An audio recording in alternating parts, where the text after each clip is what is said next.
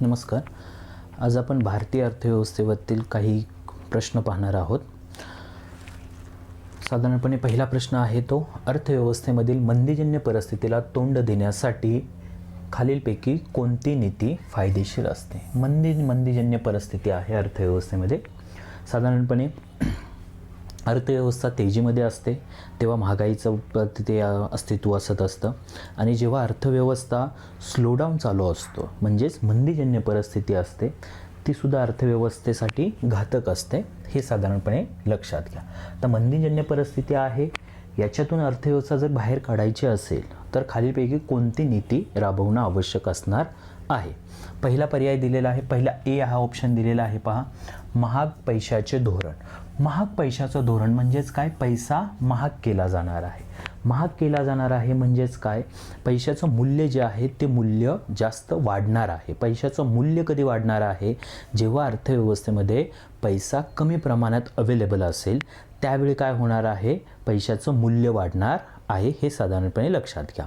म्हणजेच महाग पैशाचं धोरण, साधारणपणे दोन प्रकारचे धोरणं असणार आहेत. एक स्वस्त पैशाचं धोरण आणि दुसरं आहे ते महाग पैशाचं धोरण. बरोबर, स्वस्त आणि महाग. स्वस्त पैशाचं धोरण म्हणजे काय असणार आहे? तर ज्यावेळी अर्थव्यवस्थेमध्ये सरकार पैशाचा पुरवठा वाढवत असतं तर त्या धोरणाला काय बोललं जात असतं? स्वस्त पैशाचं धोरण. आणि ज्यावेळी अर्थव्यवस्थेमधून पैसा काढून घेण्याचं धोरण सरकार राबवत असतं त्याला काय बोललं जात असतं? महाग पैशाचं धोरण असं बोललं जात असतं. तर साधारणपणे अर्थव्यवस्था आपल्याला इथे मंदीजन्य परिस्थितीला तोंड द्यायचं आहे. तर मंदीजन्य परिस्थितीतून जर का बाहेर काढायचं असेल तर महाग पैशाचं धोरण, पैसा महाग करून चालणार आहे का? तर नाही आहे. पैसा हा स्वस्त होणं म्हणजेच पैसा अर्थव्यवस्थेमध्ये जास्त येणं गरजेचं आहे, ना की कमी येणं गरजेचं आहे. म्हणजेच महाग पैशाचं धोरण राबवून चालणार आहे का मंदीतून बाहेर काढण्यासाठी? तर नाही. त्यामुळे पहिला हे हा ऑप्शन काय होईल? कॅन्सल होईल. साधारणपणे हे लक्षात घ्या की महाग पैशाचं धोरण म्हणजे काय? अर्थव्यवस्थेतून पैसा काढून घेणं. पण ते काढून कधी घेतला जाणार आहे? जेव्हा चलनवाढ झालेली असेल, अर्थव्यवस्थेमध्ये पैसा जास्त असेल आणि त्याचा परिणाम महागाई वाढण्यावरती जर का होत असेल तर अशा वेळी महाग पैशाचं धोरण राबवून सरकार पैसा अर्थव्यवस्थेतील कमी करणार आहे. परंतु इथं अर्थव्यवस्था कशामध्ये आहे? मंदीमध्ये आहे. म्हणजे तिथे पैसा अर्थव्यवस्थेमध्ये येणं जास्त गरजेचं आहे. त्यामुळे महाग पैसा धोरण राबवणे हे चुकीचं असेल.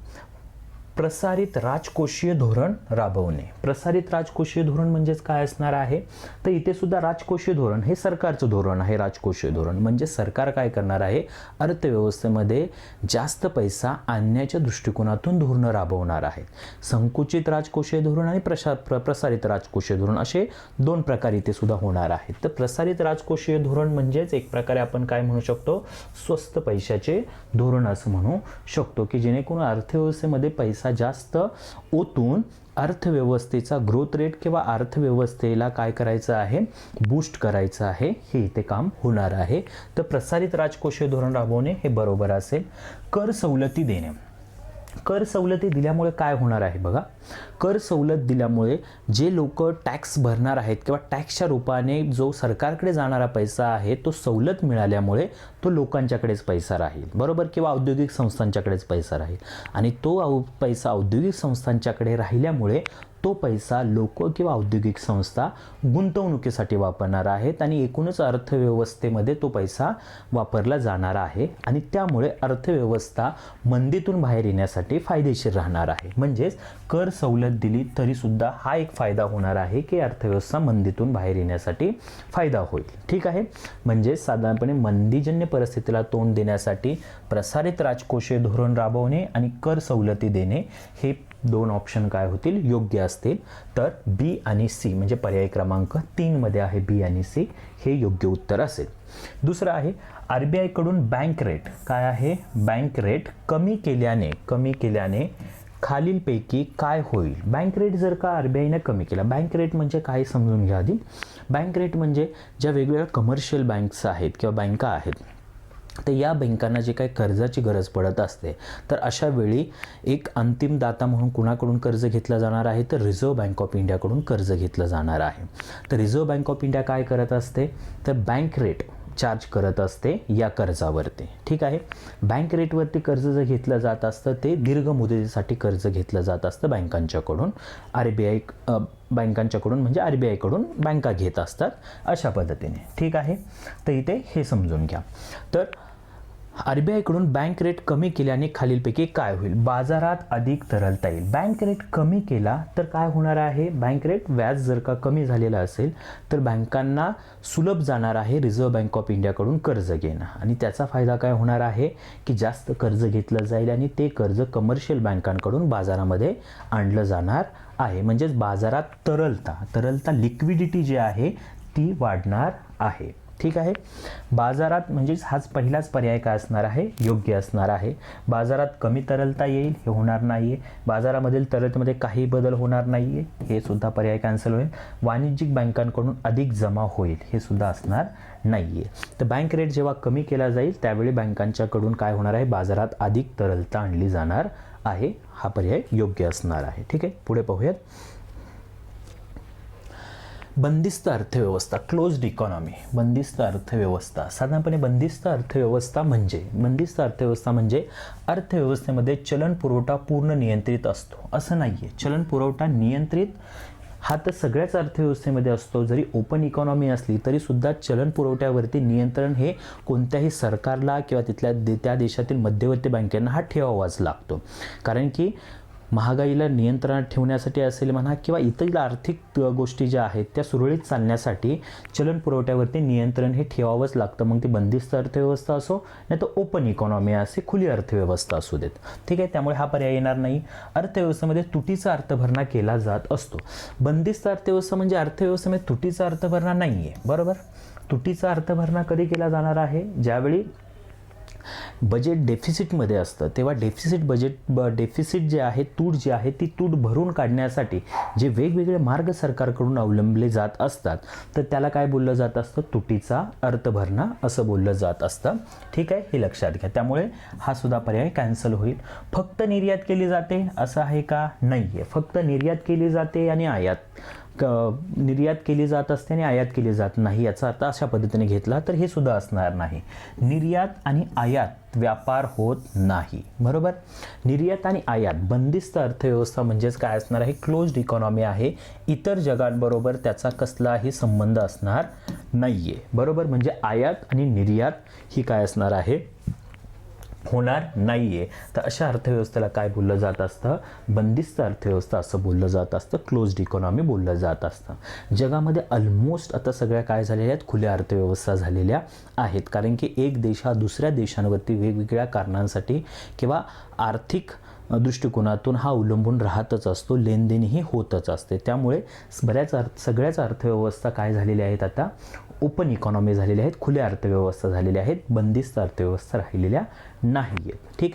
याच्यामध्ये काही कमी जास्त प्रमाण असू शकतं. ठीक आहे. परंतु ऑलमोस्ट सगळ्या ओपन इकॉनॉमी आहेत.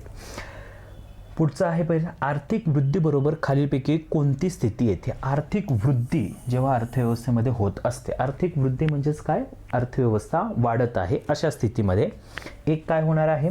डिफ्लेशन. दुसरं आहे इन्फ्लेशन. तिसरं आहे मुद्रा अवपात आणि चौथा आहे हायपर इन्फ्लेशन. बरोबर. तर आर्थिक वृद्धी जेव्हा होत असते, जे अर्थव्यवस्था विकास करत असते, वृद्धी वाढ होत असते. ठीक आहे. वृद्धी वाढ इथे आपण समजूया वाढ होत असते त्यावेळी काय होणार आहे? मुद्रास्फीती किंवा इन्फ्लेशन ही स्थिती अर्थव्यवस्थेमध्ये राहत असतं. हे साधारणपणे लक्षात घ्या.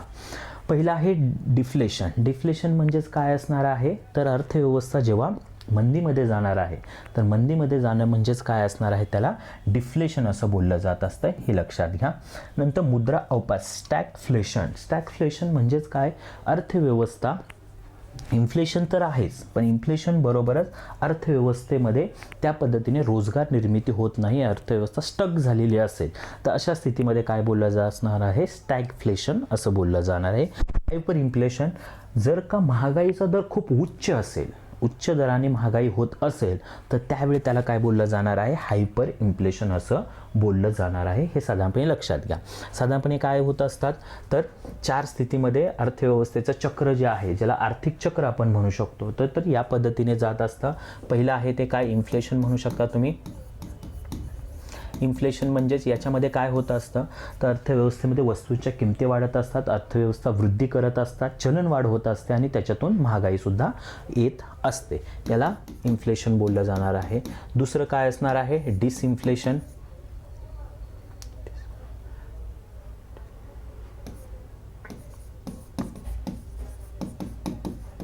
ठीक आहे. डिसइन्फ्लेशन म्हणजेच काय असणार आहे, याच्यामध्ये अर्थव्यवस्थेचा वृद्धी जो आहे, महागाईचा दर जो आहे, तो महागाईचा दर काय होत असतो, काही प्रमाणात कमी झालेला असतो. म्हणजे सरकारने महागाईवरती काही उपाय योजलेले असतात, महागाईवरती काही धोरणं राबवलेली असतात महागाई नियंत्रणात आणण्यासाठी, आणि त्यामुळे महागाईचा दर वाढीचा जो आहे तो कमी झालेला असतो. त्यावेळी काय असणार आहे, डिसइन्फ्लेशन असणार आहे. नंतर काय असणार आहे, डिफ्लेशन. आणि चौथा आहे तो रिफ्लेशन. डिफ्लेशन म्हणजेच काय असणार आहे, तर मंदीजन्य स्थितीमध्ये जेव्हा अर्थव्यवस्था गेलेली असेल, ठीक आहे, मंदीजन्य परिस्थिती म्हणजेच काय असणार आहे, जेव्हा महागाईचा दर जो आहे तो शून्यापेक्षा खाली गेलेला असेल, तर अशी स्थिती जी असणार आहे ती म्हणजे काय असणार आहे, मंदीजन्य परिस्थिती असणार आहे, म्हणजेच डिफ्लेशन असणार आहे. आणि रिफ्लेशन म्हणजेच काय, की मंदीजन्य परिस्थितीमधून अर्थव्यवस्थेमध्ये जेव्हा वस्तूच्या किमती हळूहळू वाढत जात असतात किंवा अर्थव्यवस्थेचा वृद्धी दर जो आहे तो वाढता राहत असतो, अशी स्थिती, मंदीतून बाहेर येण्याची जी स्थिती असणार आहे त्याला काय बोललं जाणार आहे, रिफ्लेशन असं बोललं जाणार आहे. तर हे साधारणपणे लक्षात घ्या. तर आर्थिक वृद्धीबरोबर खालीलपैकी कोणती स्थिती येत असते, तर इन्फ्लेशन येत असतं. म्हणजे आर्थिक वृद्धी होणं चांगलंच आहे अर्थव्यवस्थेसाठी, बरोबर. पण त्याचबरोबर काय येत असतं, इन्फ्लेशन. मग तुम्ही म्हणाल इन्फ्लेशन तर वाईट असतं, पण असं नाही. इन्फ्लेशन होण्याचा किंवा महागाईचा दर कसा आहे याच्यावरती डिपेंड असणार आहे की त्याचे चांगले परिणाम असणार आहेत का वाईट परिणाम असणार आहेत. ठीक आहे. साधारणपणे जर का आपण बघितलं तर इन्फ्लेशन हा साधारणपणे जर का चालणारे इन्फ्लेशन असेल, साधारणपणे 4 प्रकार केले जात असतात, बरोबर. एक आहे ते काय, रांगणारी महागाई असते. दुसरी आहे ती चालणारी. तिसरी आहे ती पळणारी. आणि चौथी आहे ती तीव्र महागाई. तर साधारणपणे ही चालणारी जर का महागाई असेल तर ती अर्थव्यवस्थेसाठी काय असते, पोषक असते. हा दर जो आहे तो साधारणपणे 3 ते 5-6% आसपास या दरम्यान जर का महागाईचा दर असेल तर तो काय असेल, अर्थव्यवस्थेसाठी पोषक असतो. कारण की ती महागाई असल्यामुळे उद्योजक जो वर्ग आहे त्या उद्योजक वर्गाला मोटिवेट करणारा तो घटक आहे की वस्तूच्या किमती वाढत आहेत, तर आम्ही प्रोडक्शन करून मार्केटमध्ये जर का वस्तू आणल्या तर त्याच्यातून नफा कमवता येईल आणि त्यामुळे ते जास्त प्रोडक्शन बऱ्यापैकी घेत राहतात. त्याचा फायदा काय होतो असतो, रोजगार निर्मिती, गुंतवणूक या गोष्टी वाढण्यावरती फायदेशीर गोष्टी राहतात आणि यामुळे ही जी महागाई आहे ती फायदेशीर राहत असते. त्यामुळे आर्थिक वृद्धी आणि मुद्रास्फीती ह्या गोष्टी होत असतात. ठीक आहे. नेक्स्ट बघूयात. व्यापारी बँकांच्या निधीचा स्रोत खालीलपैकी कोणता. व्यापारी बँका, कमर्शियल बँक ज्या आहेत त्यांच्यासाठी निधी कुठून उपलब्ध होत असतो. ठीक आहे. पहिलं आहे ठेव, बरोबर आहे. डिपॉझिट जे लोकांनी ठेवलेले असतात, वेगवेगळ्या प्रकारच्या ठेवी असतात. सेव्हिंग अकाउंट असेल, करंट अकाउंट असेल, फिक्स्ड डिपॉझिट असेल, बरोबर. मुदत ठेवी काही ठेवल्या जात असतात. तर या पद्धतीने ठेवी ज्या आहेत ते ठेवी एक प्रकारे बँकांसाठी काय असतो, निधी असतो की तो निधी तो बँका काय करत असतात, वापरत असतात. भांडवल, कॅपिटल आहे. बँकांचं जे कॅपिटल असणार आहे तो सुद्धा एक प्रकारे तर कमर्शियल बँकांना काय असणार आहे, तर निधीच असणार आहे. नंतर आहे RBI कडून कर्ज घेतलेलं असणार आहे, बरोबर आहे. निधी उपलब्ध होत असतो रिझर्व्ह बँक ऑफ इंडियाकडून. वेगवेगळ्या बँका त्यांना जशी आवश्यकता असेल अल्पमुदतीचं, दीर्घमुदतीचं कर्ज घेत असतात आणि त्या कर्जातून ते काय करत असतात, त्यांची जी काही गरज आहे ती गरज पूर्ण करून घेत असतात. त्यामुळे RBI कडून घेतलेलं कर्ज हा सुद्धा एक काय आहे, व्यापारी बँकांचा निधीचा स्रोत आहे. मागणी देय बाजारातून घेतलेली कर्ज, बरोबर आहे. मागणी देय बाजारामध्ये जे काही कर्ज घेतली जात असतात बँकांच्याकडून तर तो सुद्धा एक बँकांचा काय आहे, निधीच असणार आहे. हे साधारणपणे इथे लक्षात घेणं गरजेचं आहे. रोख राखीव निधी CRR, तर कॅश रिझर्व्ह रेशो, तर हा निधी असणार आहे का, तर हा निधीचा स्रोत असणार नाही आहे. उलट हा काय केला जात असतो, रिझर्व्ह बँकेकडे एक ठराविक ठेव काय केली जात असते, ठेवली जात असते आणि ती ठेव म्हणजेच असते कॅश रिझर्व्ह रेशो, रोख राखीव निधी. साधारणपणे जे काही नेट डिमांड डिपॉझिट आणि टाईम डिपॉझिट असणार आहे, तर याची जी काही ठराविक रक्कम याच्या ठराविक पर्सेंटेजमध्ये, याच्या प्रमाणामध्ये काय केली जात असते, रक्कम जी आहे ती RBIकडे ठेवली जात असते. तर हा कॅश रिझर्व्ह रेशो हा असणार नाही. तर साधारणपणे अ, ब, क, ड हे स्रोत असणार आहेत. अ, ब, क, ड हे काय असणार आहे, तिसरा पर्याय क्रमांक इथे येणार आहे.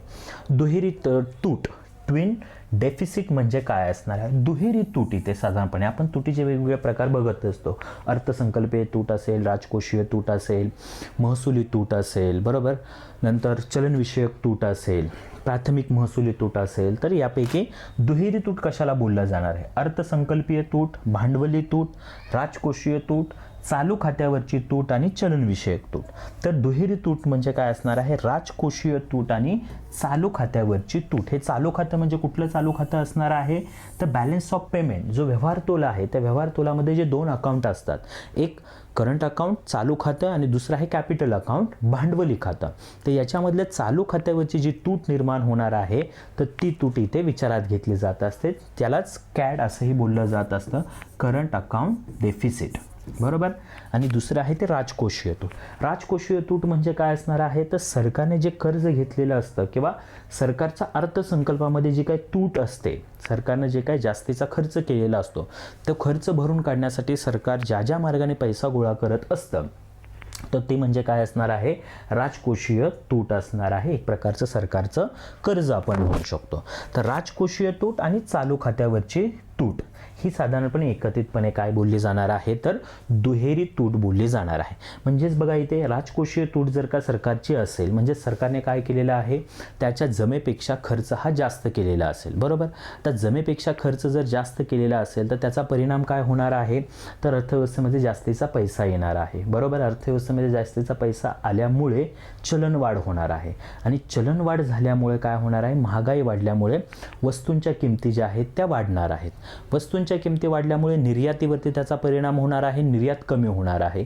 निर्यात कमी झाली आणि आयात तेवढीच राहिली किंवा आयात वाढती जर का राहिली, विकसनशील देशांसाठी आयात ही बऱ्यापैकी जास्तच केली जात असते, त्यामुळे आयात वाढत राहिल्यामुळे आणि निर्यात कमी असल्यामुळे त्याचा परिणाम कशावरती होणार आहे, तर या चालू खात्यावरती होणार आहे.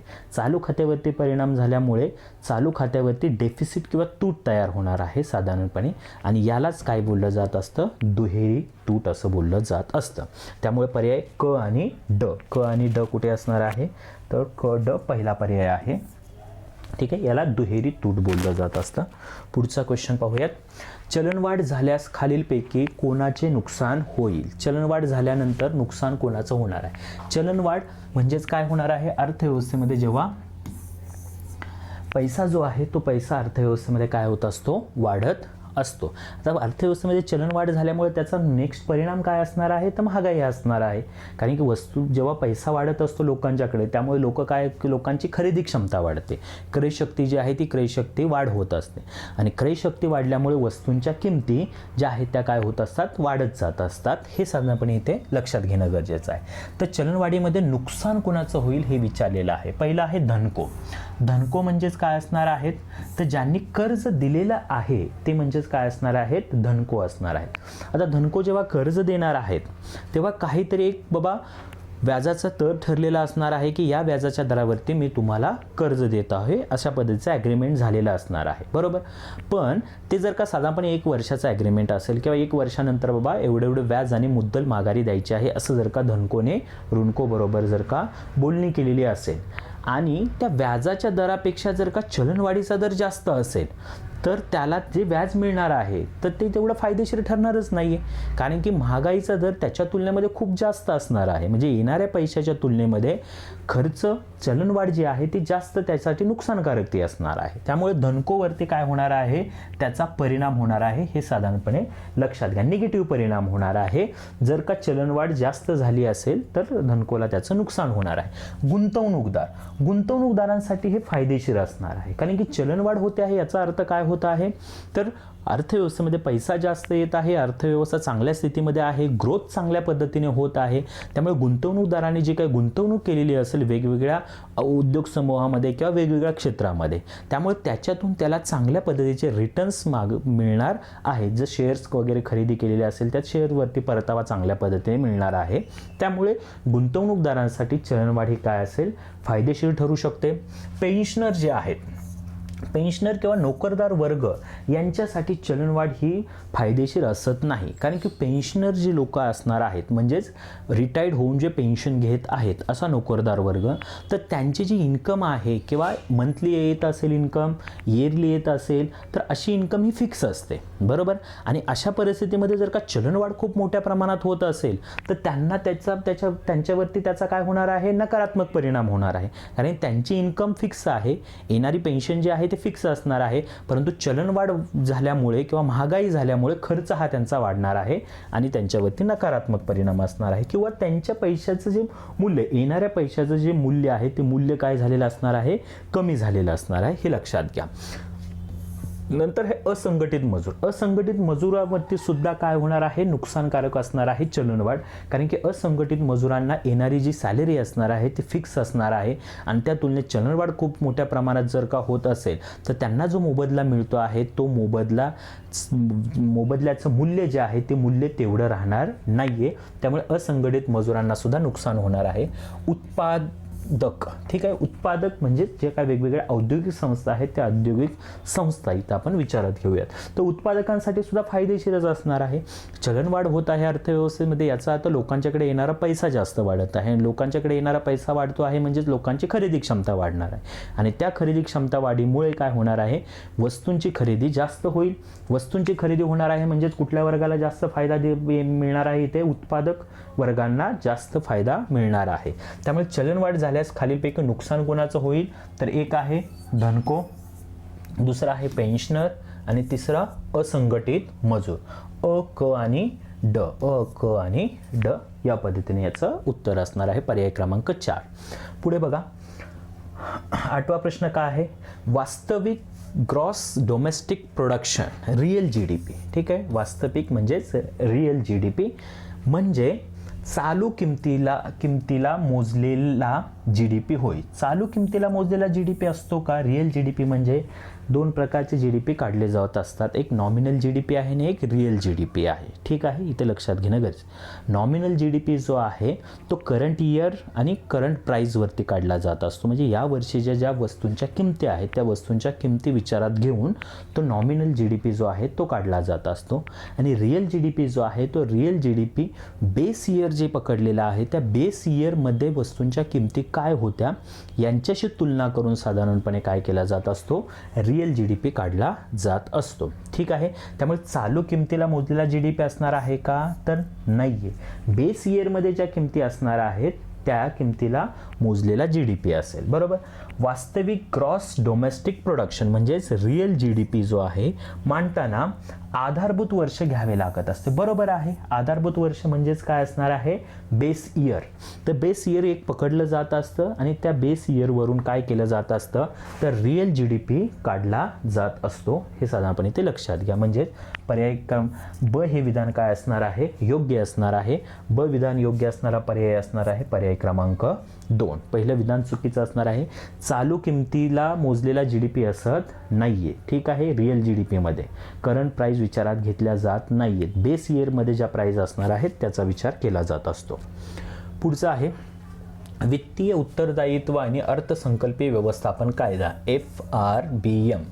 ठीक आहे, खालीलपैकी कोणत्या उद्देशाने लागू केला, physical responsibility and budget management act. हा जो कायदा 2003 मध्ये पारित केला गेला होता आणि 2004 पासून कार्यान्वित झालेला होता. तर याचा उद्देश काय होता, कोणत्या उद्देशाने लागू केलेला होता? पहिला आहे सरकार घेत असणाऱ्या कर्जाचे योग्य व्यवस्थापन. साधारणपणे इथे नावामध्ये जरी बघितलं तरी आपल्याला एक समजतं आहे की वित्तीय उत्तरदायित्व म्हणजेच वित्तीय व्यवस्थापन आहे, त्या बाबतीत सरकारची असणारी जबाबदारी. सरकारनं हा जो ॲक्ट लागू केलेला आहे तो याच उद्देशाने केलेला आहे की सरकारने स्वतःवरती एक प्रकारचं वित्तीय नियंत्रण टाकून घेतलेलं आहे स्वतःवरती, जेणेकरून अवास्तव खर्च होणार नाही आणि त्याचा अर्थव्यवस्थेवरती म्हणजे एकूणच सरकारवरती काही त्याचं बर्डन येणार नाही, यासाठी हा कायदा लागू केलेला आहे. म्हणजे त्या दृष्टिकोनातून जर विचार केला तर सरकार घेत असणाऱ्या कर्जाचे योग्य व्यवस्थापन करणे. बरोबर आहे, सरकार घेत असलेल्या जे कर्ज आहे ते कर्जाचं योग्य व्यवस्थापन होणं गरजेचंच आहे. कारण कर्जाचं व्यवस्थापन योग्य पद्धतीने नसेल तर कर्ज खूप मोठ्या प्रमाणात होईल, त्यामुळे व्याजाची देणी वाढणार आहेत आणि त्यामुळे राजकोषीय तूट जी आहे ती सरकारची किंवा तूट जी आहे ती तूट काय होणार आहे, वाढत जाणार आहे आणि त्याचा नकारात्मक परिणाम अर्थव्यवस्थेवरती होणार आहे. कारण की कर्जाचं योग्य व्यवस्थापन नाही केलं तर व्याजाचं आणि कर्जाची जी काही रक्कम आहे याच्या देण्यावरती जर का सरकारचा जास्त खर्च होत राहिला तर पैसा जो आहे तो सरकारला अर्थव्यवस्थेमध्ये काहीतरी विकासात्मक कामांसाठी वापरता येणारच नाहीये. मग हे कुठेतरी चुकीचं असेल. मग हे होऊ नये म्हणून सरकार घेत असणाऱ्या कर्जाचे योग्य व्यवस्थापन करण्यासाठी हा कायदा FRBM ॲक्ट जो आहे तो लागू केलेला होता. तर हे पहिलं विधान बरोबर येईल. केंद्र आणि राज्य सरकारांना आर्थिक शिस्त, बरोबर आहे, आर्थिक शिस्त असणारच. वित्तीय उत्तरदायित्व आहे, बरोबर, जबाबदारी, उत्तरदायित्व म्हणजे जबाबदारी सुद्धा आपण इथे म्हणू शकतो, रिस्पॉन्सिबिलिटी. ठीक आहे, तर केंद्र आणि राज्य सरकारांना आर्थिक शिस्त लागणं हे गरजेचं असणार आहे. कारण की आर्थिक शिस्त असेल तरच योग्य पद्धतीचे धोरणं राबवले जाणार आहेत आणि त्याचा फायदा अर्थव्यवस्थेला होणार आहे, हे इथं समजून घेणं गरजेचं आहे. त्यामुळे दुसरं विधान सुद्धा काय असणार आहे, बरोबर असणार आहे.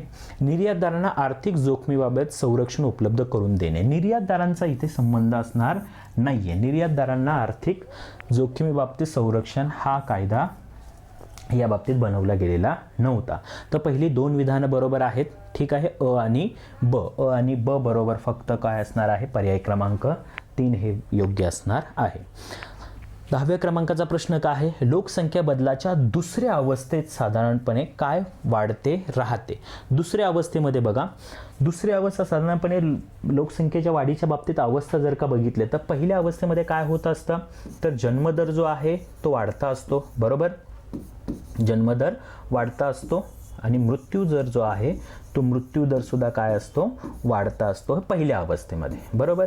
ही काय असते, पहिल्या अवस्थेमध्ये होणारा घटक आहे. जर का दुसरी अवस्था जर का बघितलं तर दुसऱ्या अवस्थेमध्ये काय होत असतं, तर दुसऱ्या अवस्थेमध्ये जन्मदर जो आहे तो वाढताच राहतो, पण मृत्यू दर जो आहे तो मृत्यू दर जो आहे तो काही प्रमाणात काय होत असतो, कमी होत असतो. हे साधारणपणे इथे समजून घेणं गरजेचं असणार आहे. ठीक आहे, तर इथं दुसऱ्या अवस्थेमध्ये एक तर जन्मदर वाढता राहणार आहे, काय वाढते राहते असं विचारलेलं आहे. म्हणजे पहिला पर्याय बरोबर आहे, जन्मदर जो आहे तो जन्मदर वाढता राहणार आहे. मृत्यू दर जो आहे तो कमी झालेला असणार आहे, म्हणजे हे येणार नाहीये, बरोबर. लोकसंख्या वाढते का, तर लोकसंख्या वाढतीच राहणार आहे, बरोबर, म्हणजे हे सुद्धा येणार आहे. जन्मदर वाढता राहतो, त्याचं प्रमाण जास्त राहत असतं, त्या मानाने मृत्यूदर कमी झालेला असतो, परंतु तेवढ्या प्रमाणात कमी झालेला नसतो, हे इथं समजून घेणं गरजेचं आहे. त्यामुळे हे जे आहे मृत्यूदर जो आहे तो वाढता राहत नाहीये. म्हणजे अ आणि क हे विधान काय असणार आहेत, हे पर्याय काय असणार आहेत, बरोबर असेल, म्हणजे पर्याय क्रमांक 4 अ आणि क. ठीक आहे, साधारणपणे इथे अशा पद्धतीने हे क्वेश्चन होते. इकॉनॉमिक्सचे वेगवेगळ्या टॉपिकवरती आपण याचं डिस्कशन केलेलं आहे.